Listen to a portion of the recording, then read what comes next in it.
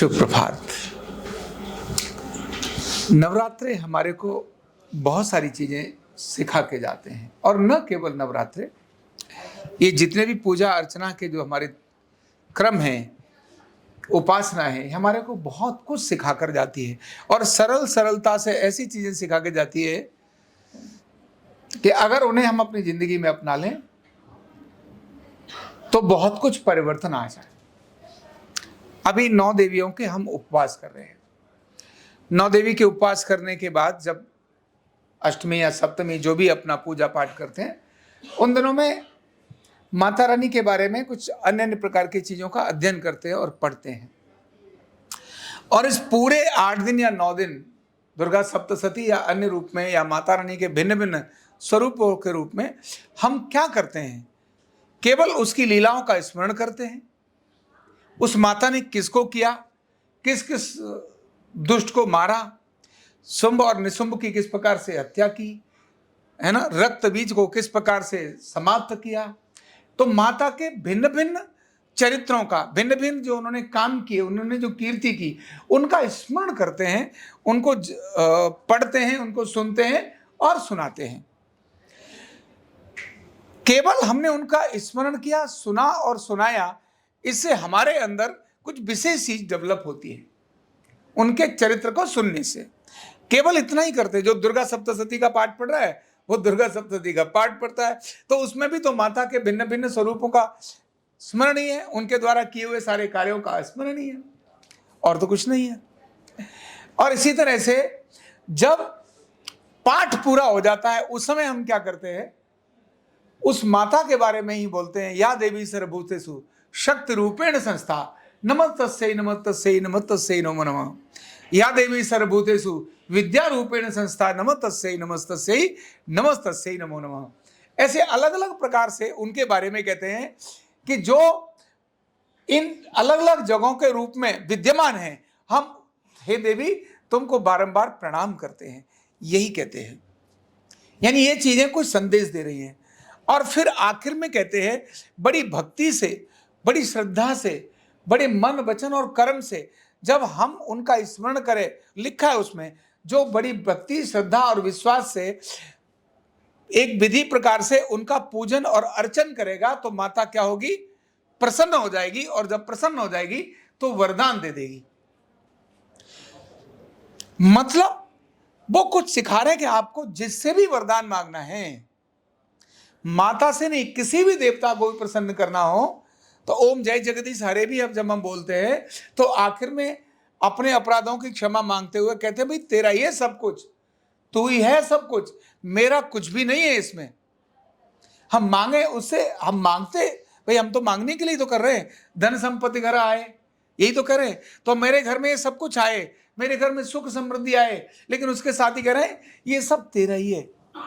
मतलब हम जो उसको बड़प्पन की बात कर रहे हैं, जो उनकी महानता की बात कर रहे हैं, ये हमारे को कुछ संदेश देती है। जिंदगी में प्रगति लेनी है तो देवताओं का क्या चाहिए? क्या चाहिए? हम क्या मांगते हैं देवताओं का? आशीर्वाद मांगते हैं। हर देवता से क्या मांगते हैं? हे देवता तुम मुझे वरदान दे दो, हे देवी तुम मुझे वरदान दे दो। लेकिन देवी और देवता वरदान देंगे कब? ये पूरे नवरात्रे इसी चीज का हमको अभ्यास कराते हैं।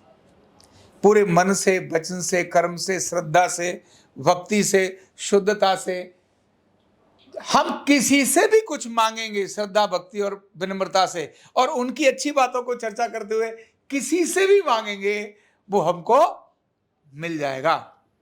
और अगर हम किसी से गुस्से में मांगेंगे, उसकी बुराई करके मांगेंगे, तो क्या मिलेगा? नहीं मिलेगा। तो जिंदगी में कुछ भी चाहिए, आपको श्रद्धा लानी ही पड़ेगी। जिससे आपको चाहिए उसके प्रति श्रद्धा लानी ही पड़ेगी, उसके प्रति भक्ति लानी पड़ेगी, उसके प्रति मन वचन कर्म से उसकी आज्ञा का पालन लाना ही पड़ेगा, उसके अच्छे अच्छे गुणों का बखान करना ही पड़ेगा। प्रधानमंत्री के लिए भी ऐसे ही करते हैं। जब कोई मंत्री उनके साथ कुछ बात करने वाला तो प्रधानमंत्री, हमारे प्रधानमंत्री ने ऐसा किया, देखो कोरोना के समय पर ऐसा आया, कितनी वैक्सीन बना दी, किस तरह से सारी दुनिया के अंदर लोग मरे, भारत में कम संख्या मरी, इतनी सारा कुछ होने के बाद भी हम तारीफ करे जा रहे हैं उसकी। किसी अन्य अधिकारी के पास भी जाएं, काम कराएं, तो हम कहते हैं कमाल है जी, आपने वो जो काम किया है ना वो बहुत बढ़िया किया है। और जैसे कहते हैं आपने वो किया ना, और वो उसकी चर्चा तो बड़ी हो रही है जी आजकल आपकी। और उसके बाद में हम छोटी सी अपना कागज, जरा ये थोड़ा सा है, तो तुरंत कहना ठीक है, ओके, साइन करके आशीर्वाद मिल गया। ऐसा ही होता है, जिससे भी कुछ लेना है उसके पूजा अर्चन ध्यान, उनकी अच्छी बातों का स्मरण, उनकी अच्छी बातों का चर्चा, यही बताती है हमारी ये सारी नवरात्रि का व्रत। जिस देवी तो परम शक्ति है, उस परम शक्ति का अगर आपको स्मरण करना है तो परम शक्ति के उनके स्वरूपों की चर्चा करनी होगी, उनके भिन्न भिन्न किए हुए कार्यों की चर्चा करेंगे। स्वाभाविक है देवी क्या हो जाएगी, प्रसन्न हो जाएगी। क्योंकि कभी भी कोई भी अपनी अच्छी बात सुनकर गुस्सा नहीं करता। कभी भी कोई व्यक्ति अपनी अच्छी बात सुनकर आपसे प्रसन्न नहीं होता है, आपको देता ही है। तो अपने जीवन में जो व्यक्ति जिनसे भी मुझे कुछ लेना है उनके अच्छे बातों की चर्चा करेगा। ससुराल में भी लड़की अपनी सास की अच्छी बातों की चर्चा करेगी, ससुर की अच्छी बातों की चर्चा करेगी, देवर जेठ जिठानी सबकी अच्छी बातों की चर्चा करेगी। उस लड़की को कभी भी उस घर में बाहर निकालकर दंड देने का, मारझाड़ करने का नहीं हो सकता। कोई भी एम्प्लॉई अपने संस्थान की अच्छी चीजों की चर्चा करेगा, मेरे यहां अच्छा क्या है, जो ये देखेगा, तो वह संस्थान उसको जो अच्छा देखेगा वो अच्छा करेगा। और जब अच्छा देखेगा, अच्छा करेगा, तो उस संस्थान से उस व्यक्ति को कभी निकाला जाएगा? नहीं निकाला जाएगा। क्यों? अच्छे की चर्चा करता है और अच्छा करता है। केवल अच्छे की चर्चा कर दी, किया नहीं, ये भी पर्याप्त नहीं है। वो भी वहां कहते हैं नहीं, तुम अच्छों की चर्चा करो, लेकिन इसके लिए करो, 9 दिन व्रत तो रखो, उपवास तो रखो, पाठ तो करो, जप तो करो, मंत्र का उच्चारण मतलब करो। तो अच्छी चीजों की चर्चा करने वाले व्यक्ति को कभी भी कोई संस्थान नहीं निकालता।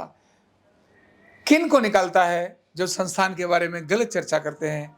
किन को निकालता है? जो संस्थान के हित में अपना हित नहीं देखते, जो संस्थान की प्रगति में अपना प्रगति नहीं रखते, ऐसे लोगों को नॉर्मली निकालता है। तो चाहे गुरु हो, चाहे माता पिता हो, चाहे हमारे संस्थान का स्वामी, हमको प्रगति की तरफ जाना है तो ये नवरात्रों से होने वाली विधियों को हमें सीखना ही होगा। तो इतना बड़ा संदेश हमारा नवरात्रि, हमारे जीवन की सफलताओं का संदेश हमको देता है। हम अपने त्योहारों को, अपने उत्सवों में हमारे जीवन के लिए क्या उपयोगी है, क्या संदेश है, इसको लेकर के अगर हम काम करेंगे तो निश्चित ही हम उन्नति और प्रगति की तरफ चले जाएंगे। बहुत बहुत शुभकामनाएं, बहुत बहुत नमस्कार। न्यूरोथेरेपी का कंप्लीट कोर्स सीखने के लिए जुड़िए हमारे ऑनलाइन ट्रेनिंग प्रोग्राम से और जानिए करीब 100 बीमारियों का इलाज बिना दवा और बिना मशीन के। इस न्यूरोथेरेपी ऑनलाइन ट्रेनिंग प्रोग्राम से आप घर बैठे बन सकते हैं गवर्नमेंट सर्टिफाइड न्यूरोथेरेपिस्ट।